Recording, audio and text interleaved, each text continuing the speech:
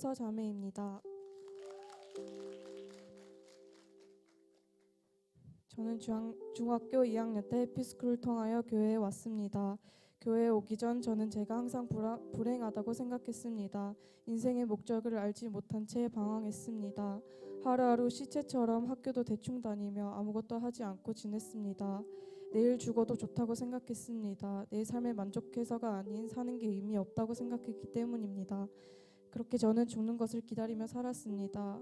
저희 부모님은 제가 5살 때 제가 다 크면 이혼하겠다고 약속을 했습니다. 엄청 어린 나이였지만 기억에 남아 있습니다. 우리 가족은 서로를 죽일 듯이 치열하게 싸웠습니다. 겨우 중학생이었던 저는 나와 언니가 태어나서 부모님이 불행해졌다고 생각했습니다.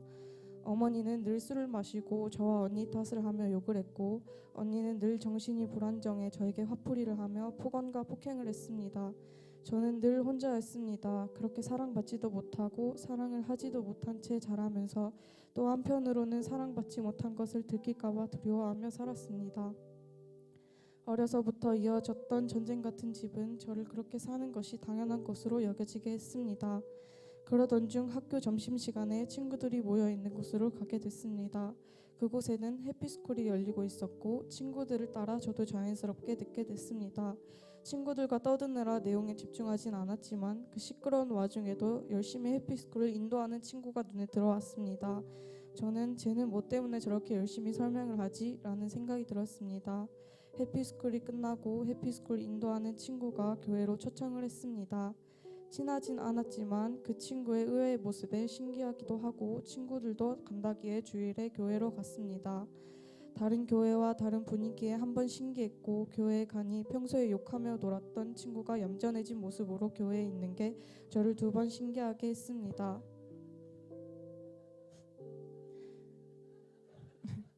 친구의 모습은 전과 달라져 있었습니다. 선한 눈빛으로 저를 챙겨줬습니다. 자연스럽게 저는 교회에 나가기 시작했습니다. 제가 들은 첫 말씀은 감사였습니다. 저는 말씀을 처음으로 깨달았고 늘 삶에 불평과 불만이 가득했던 저는 사소한 것 하나하나에 감사하기 시작했습니다. 처음으로 내 삶에 감사하게 됐습니다. 말씀을 듣고 사소한 것에 감사하니 사는 것이 즐거웠습니다. 그리고 청소년 양육과 훈련을 듣게 되었습니다. 양육과 훈련이 무엇을 하는 것인지 전혀 알지 못했지만 훈련을 듣겠다고 했습니다. 지금 생각해보면 하나님의 이끄심이었습니다. 아무도 알려주지 않은 인생의 목적을 양육과 훈련을 통해 알 수 있었습니다. 그리고 하나님은 기도하게 하셨습니다. 저는 사소한 것부터 기도하기 시작했고 하나님은 가장 좋은 것으로 응답해 주셨습니다.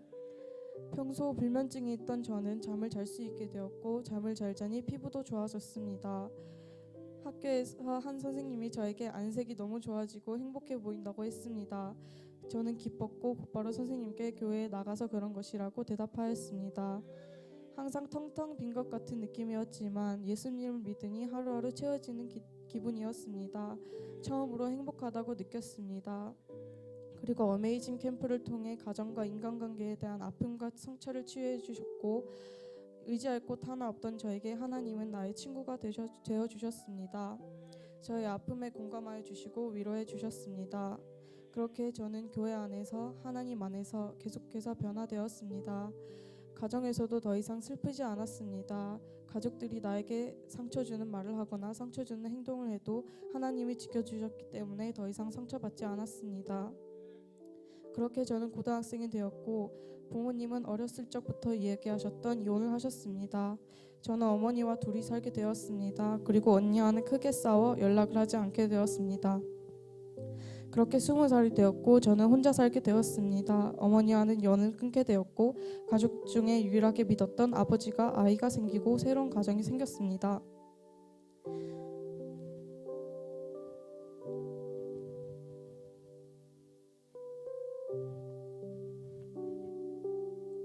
나를 버린 것 같은 부모님을 미워하고 원망했습니다. 그리고 계속해서 고난이 생기니 하나님도 원망했습니다. 그렇게 죄를 지었고 다시 방황하였습니다. 하지만 하나님께서는 나를 향한 손을 놓지 않으셨습니다.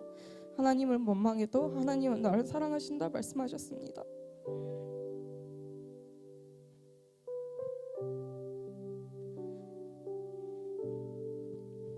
경제적 문제는 계속해서 나를 괴롭혔지만 예전과 달라진 것은 난 더 이상 혼자가 아닌 것입니다.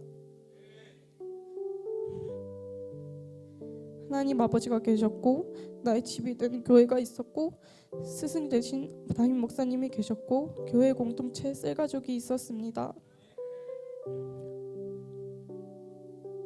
돌아갈 집이 없던 제게 돌아올 수 있는 따뜻한 집, 우리 교회 공동체를 허락하신 하나님께 감사합니다. 하나님과 함께하니 더 이상 가정 문제에 분노하지 않았습니다. 그리고 언니와 아버지와의 관계를 회복시켜 주셨습니다. 더 나아가 가족을 불쌍히 여기고 사랑하게 하셨습니다. 늘 사랑이 부족한 저에게 끊임없이 날 사랑하신다 하십니다. 저는 하나님이 주신 사랑으로 사랑을 배웠습니다. 저를 사랑하시는 하나님은 요다일 청소년 공동체의 교사로 불러주셨고 사랑이 부족했던 제게 우리 요다일 공동체를 사랑하는 마음을 주셨습니다. 저는 저와 같은 상처를 가진 친구들을 공감할 수 있게 되었습니다. 상처를 치유할 수 있는 유일한 방법은 바로 예수님입니다. 저는 아픔을 가진 청소년들에게 예수님을 전할 것입니다. 하나님은 저에게 꿈을 주셨습니다. 제 꿈은 건강한 가정을 꾸리는 것입니다. 예수님을 알지 못했다면 저는 이런 꿈을 가지지 못했을 것입니다. 하나님의 사랑을 위대합니다. 하나님이 우리를 사랑하시는 사랑을 우리가 알고 믿었노니 하나님은 사랑이시라. 사랑 안에 거하는 자는 하나님 안에 거하고 하나님도 그의 안에 거하시느니라. 요한일서 4장 16절 말씀. 아멘. 처음 에피스코를 통해 하나님을 알게 되고 하나님 안에 살아가고 있는 저는 지금까지 하나님의 계획하심과 일하심, 인도하심을 받습니다. 더욱더 단단히 나를 세워주시는 하나님께 감사합니다. 앞으로 나를 어떻게 사용하실지 기대가 됩니다. 항상 사랑과 인내로 나를 이끌어주시고 친딸처럼 양육해주시고 훈련시켜주시는 담임 목사님 감사합니다. 하나님께서 불러주신 우리 교회 우리 담임 목사님과 함께 더 선한 영향력을 끼치는 하나님의 사람이 되겠습니다. 나를 불러주시고 사랑으로 채워주신 하나님께 감사드리며 모든 영광 하나님께 올려드립니다.